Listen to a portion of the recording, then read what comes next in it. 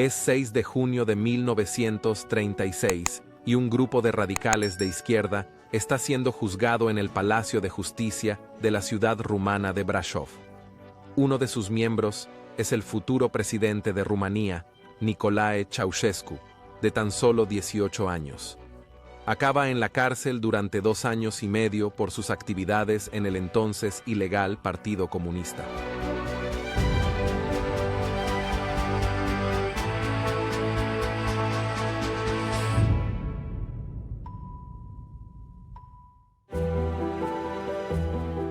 Nicolae Ceausescu nació el 26 de enero de 1918 en la ciudad de Scornicești, al sur de Rumanía, en el seno de una familia de campesinos pobres.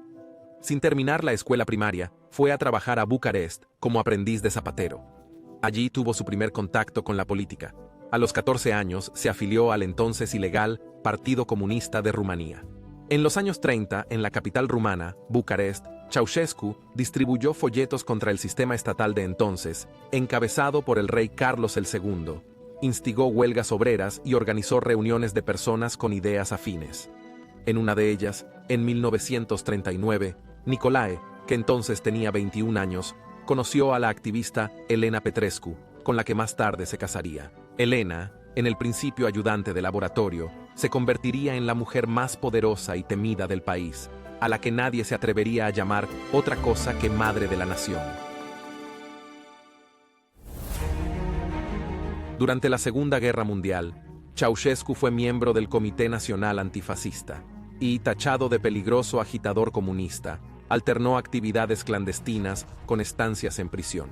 Fue trasladado de la prisión de Jilava al campo de concentración destinado a los presos políticos, Târgu Jiu. Fue allí donde estableció relaciones con los principales dirigentes del movimiento comunista rumano, entre ellos George Udeș. Como pronto se vería, este encuentro sería crucial para la futura carrera política de Ceausescu.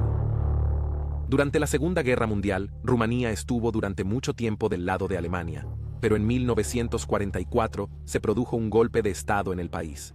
El rey Miguel I disolvió el gobierno pronazi y el ejército rumano declaró entonces un armisticio unilateral con el Ejército Rojo. Los cambios fueron apoyados por los comunistas de Udeș, que le eligieron secretario general del partido. Sin embargo, la alianza de George Udeș con Miguel I duró poco. Udeș, apoyado por los dirigentes soviéticos tras la guerra, obligó al rey Miguel I a abdicar en 1947. Horas después, el Parlamento, totalmente controlado por los comunistas y sus aliados, abolió la monarquía y declaró República Popular de Rumania. A partir de ese momento, George Udeș fue el hombre más poderoso de Rumanía.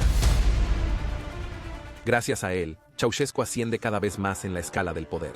En marzo de 1948 es, a sus 30 años, diputado electo. Por ahora es uno más, pero el año que viene se hará notar mucho más. Como viceministro de Agricultura, ordena la colectivización forzosa. Cuando al año siguiente los campesinos de la localidad de Badu Roșca comienzan a rebelarse contra ella, Ceausescu, por entonces ya adjunto al Ministerio de las Fuerzas Armadas, envía al ejército al lugar y ordena disparar munición real. 9 personas mueren y otras resultan gravemente heridas. En 1954, como recién elegido secretario del Comité Central del partido, se convierte de facto en el segundo hombre del país. Duraría otros 11 años en este cargo.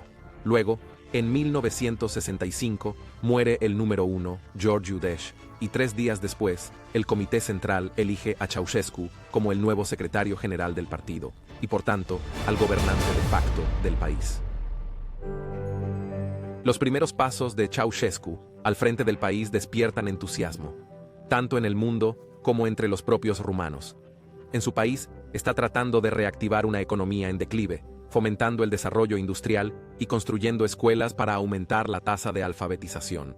Al mismo tiempo, está reprimiendo, al menos en parte, la censura. No reconoce a la Unión Soviética como autoridad incondicional, establece relaciones diplomáticas con Occidente y en agosto de 1968 condena la invasión de Checoslovaquia por tropas del Pacto de Varsovia.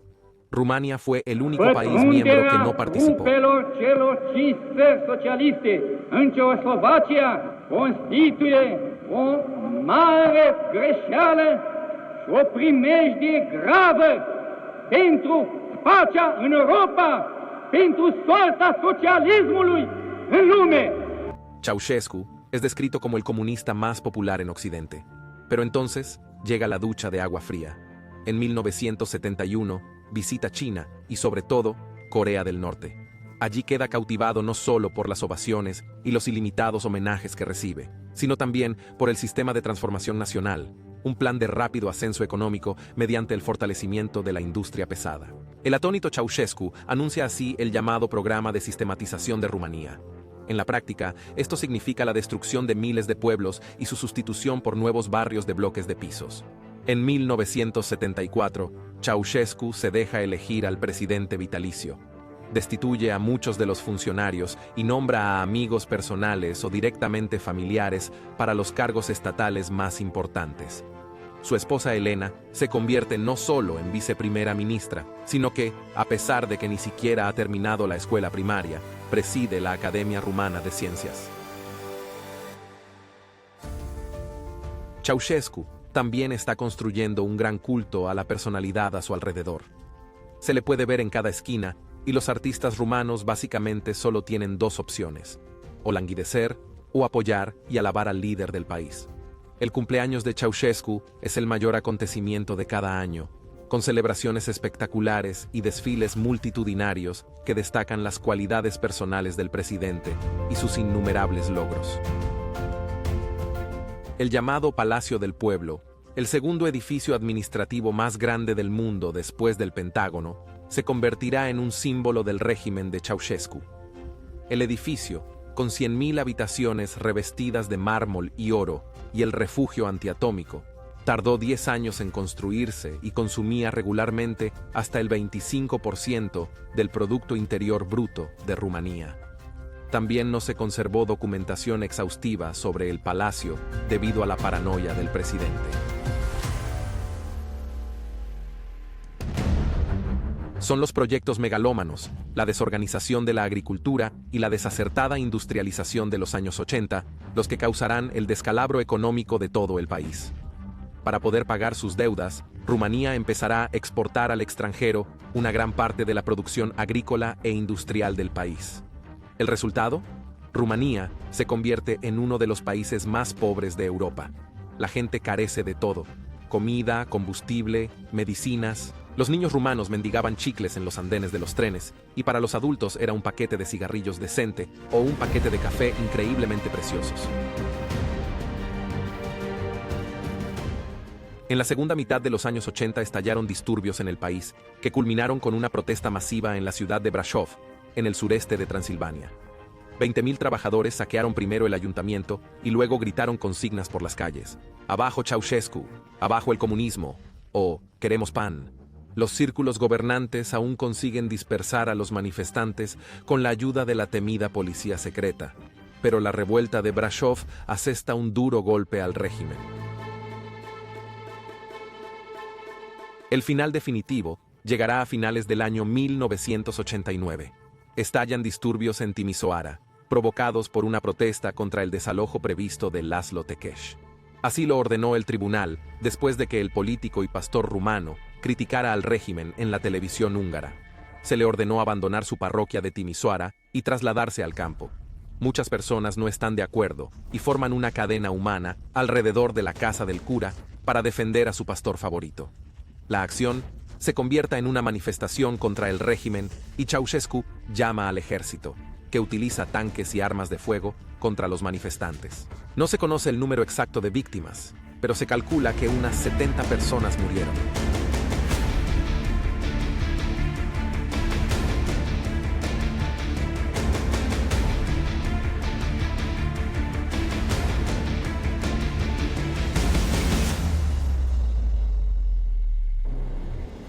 Ceausescu, seguro de sí mismo, da por zanjado el asunto y viaja a Irán en visita de Estado. A su regreso comprueba que las protestas en el país siguen extendiéndose, califica a sus organizadores de terroristas controlados desde el extranjero y convoca una concentración en la plaza del Palacio de Bucarest al día siguiente para apoyarle. Sin embargo, durante su discurso, una multitud de 100.000 personas le abuchea y empieza a corear consignas pidiendo su derrocamiento. Sorprendido y aterrorizado, Ceausescu es incapaz de terminar su discurso.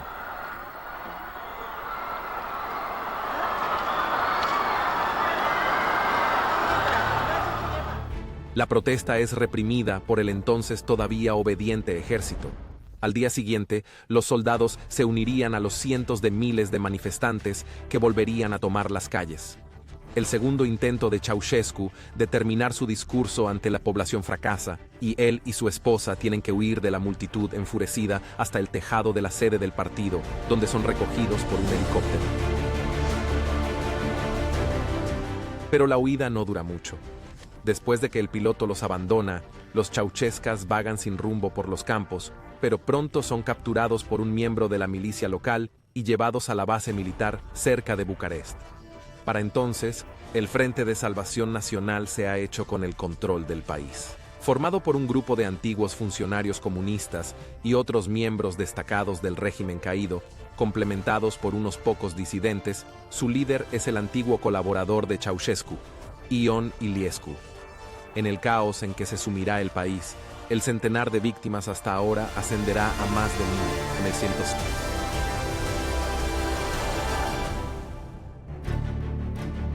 A Ceausescu y a su esposa les quedan 3 días de vida en el momento de su detención. El 25 de diciembre, un tribunal se reúne para condenarlos a muerte en un juicio relámpago. Nicolae y Elena Ceausescu son asesinados a tiros ese mismo día en la base de Targovište. La rapidez del juicio y las imágenes de la ejecución, que se emiten casi continuamente en la televisión rumana, provocan satisfacción en muchos rumanos, pero más bien vergüenza en el mundo.